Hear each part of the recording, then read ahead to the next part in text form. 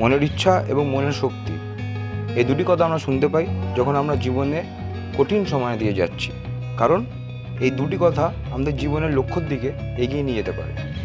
আজকে আমরা আপনাদেরকে আলাপ করাবো এমন একজনের সাথে যে এই দুটি কথাকেই মাথায় রেখে নিজের জীবনের লক্ষ্যের দিকে এগিয়ে চলেছে।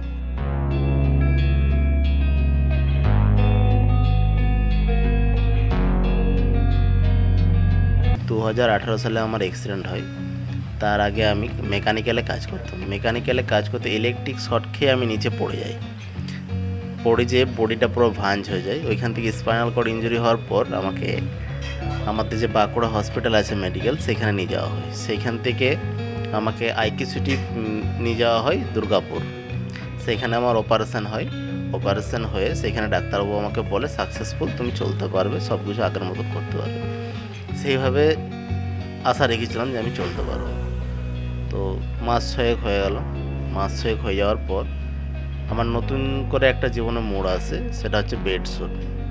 সেই বেড সোরকে নিয়ে আবার আমি অ্যাডমিশান হই। বেড সোরের পিছনে আমার অনেকটা টাইম নষ্ট হয়। সেক্ষেত্রে আমি আগের ট্রিটমেন্ট আমি করাতে পারিনি। 3 বছর পর আমি ভেলোর যাই। ভেলোর গিয়ে সেখানে ডাক্তারবাবু আমাকে বলে 95% চান্স কম ঠিক হওয়ার, 5% চান্স আছে নিজের মনের জোরে যদি চেষ্টা করতে পারো। তো সেইখানে আমার সামর্থ্য হয়নি টাকা পয়সা দেওয়ার মতন। তো আমাকে বলে রিহেব সেন্টার নিতে। আমি বাড়ি চলে আসি।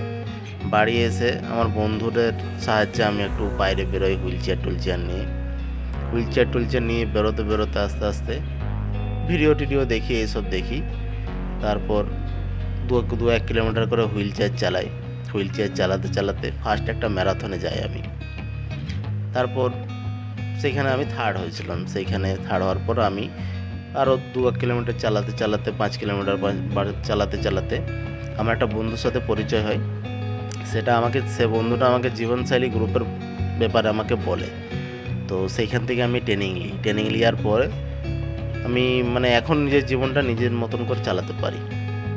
আর এইসবের পিছনে সবথেকে মেন আমাকে সাপোর্ট করার আমার দাদা আর আমার গ্রামের বন্ধুরা। এখনও পর্যন্ত আমার বন্ধুরা আমাকে পুরো হেল্প করে। আমি তাদের জোরে আজ যে কোনো কাজ করি, তাদের জোরে, তাদের সাপোর্টে আমি সব কিছু। কারণ আমাদের জীবনে সাপোর্ট প্রয়োজন। আমি নিজে সব কিছু করতে পারলেও আমাদের জীবনে সাপোর্টের প্রয়োজন।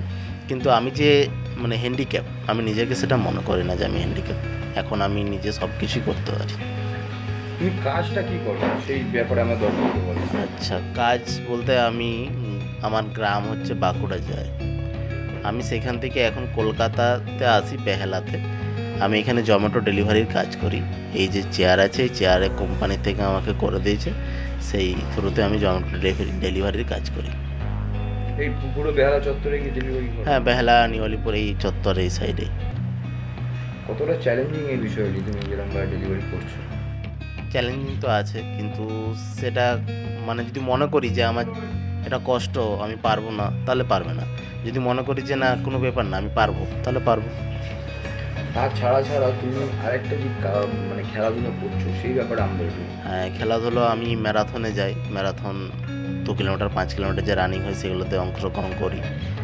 আর হুইল চেয়ার রাগবি ন্যাশনালে একবার গিয়েছিলাম। তো সেখানে আমি নাম লিখেছি, সেখানে একবার খেলে এসেছি। এরপরে তোমার জীবন নিয়ে কীভাবে এগোতে চাও, কী চিন্তাভাবনা করেছো? চিন্তাভাবনা এগোতে চাই, আমি এখানে সেটেল হয়েছি, একটুকু টাইম চাই এখানে সেটেল হয়ে।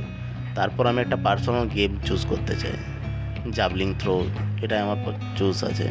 তো সেটাই আমি প্র্যাকটিস করতে চাই। তো ম্যারাথন যেগুলো আছে, ম্যারাথনটা সেটা আমি যেখানে হবে সেখানে কলকাতার মধ্যে সেখানে যাব। আর রাগবি তো আছে। তো সেক্ষেত্রে আমার একটা ভালো হুইল চেয়ারের প্রয়োজন। তো সেই ক্ষেত্রে যদি আমি কোনো হেল্প পাই কারো কাছ থেকে, তো আমি খুব উপকৃত হব।